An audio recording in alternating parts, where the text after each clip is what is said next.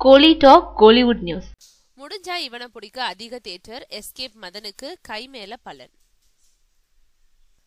KS. Ravikumar இயக்கத்துல கன்னட நடிகர் நானி சுதீப் நடிப்புல கடந்த வாரம் வெள்ளிக்கிழமை வெளியான படம் முடிஞ்சா இவனை புடி. சுதீப்புக்கு ஜோடியா நித்யா மேனன் நடிக்க பிரகாஷ் ராஜ், நாசர், சதீஷ், டெல்லி கணேஷ், முகேஷ் திவாரி, சாய் ரவி, அவினாஷ், சரத் முதலானோரும் நடிச்சிருக்காங்க. இந்த படத்துல டி.இமான் இசையமைச்சிருக்காரு. வெற்றிகரமா ஓடிக்கிட்டு இருக்கும் இந்த படத்துக்கு ரசிகர்கள் கிட்ட நல்ல வரவேற்பு கிடைச்சிருக்கிறதா சொல்லப்படுது.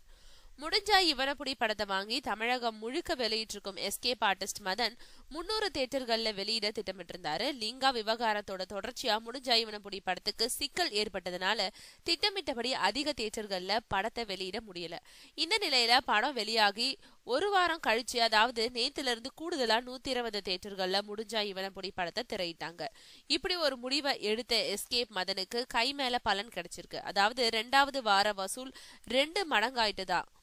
தமிழ், கன்னடம் ஆகிய மொழிகள்ல ஒரே தினம் வெளியான இந்த படத்துக்கு கன்னடத்திலயும் நல்ல வரவேற்பு கிடைச்சிருக்கான்.